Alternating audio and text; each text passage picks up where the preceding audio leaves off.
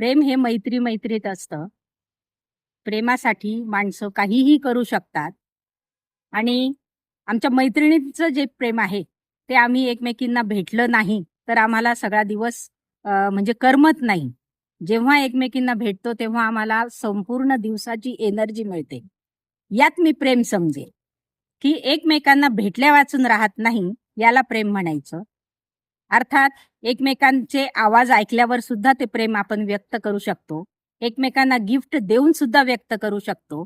पण गिफ्ट देणं ही फार गरजेची गोष्ट नाहीये. आपण शाब्दिक सुद्धा प्रेम व्यक्त करू शकतो. त्यानंतर प्रेम हे एकमेकांच्या सुखात असावं. दुसऱ्याच्या सुखात आपण सुख मानलं तर हा सुद्धा एक प्रेमाचाच संकेत आहे, की त्यामुळे आपल्यालाही बरं वाटलं पाहिजे. दुसऱ्या आनंदी झाला, दुसऱ्याला सुख वाटलं, तर यात आपण पण आनंदी होणं हे सुद्धा प्रेमाचंच लक्षण आहे. त्यानंतर मुलांबद्दल आपल्याला प्रेम असतं. मुलांच्या प्रगतीबद्दल प्रेम असतं. मुलं जेव्हा प्रगती करतात, पास होतात किंवा एखाद्या जॉबला लागतात, म्हणजे कोणतंही असो, मुलांच्या सुखामध्ये सुद्धा आईला खूप प्रेम असतं. ती प्रेम बोलून दाखवत नाही, परंतु ते तिच्या मनात असतं. तसंच वडिलांच्या सुद्धा मनात प्रेम असतं.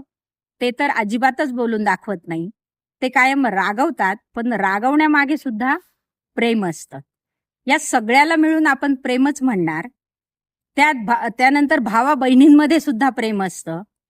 भावाला जेव्हा बहीण राखी बांधायला येते, तेव्हा त्याचं मन भरून येतं. त्याला संपूर्ण दिवस सार्थकी लागल्यासारखा वाटतो आणि एक राखीचा म्हणजे एक साधा धागा असतो, पण त्या धाग्यासाठी सुद्धा तो आपल्या बहिणीची वाट बघत असतो.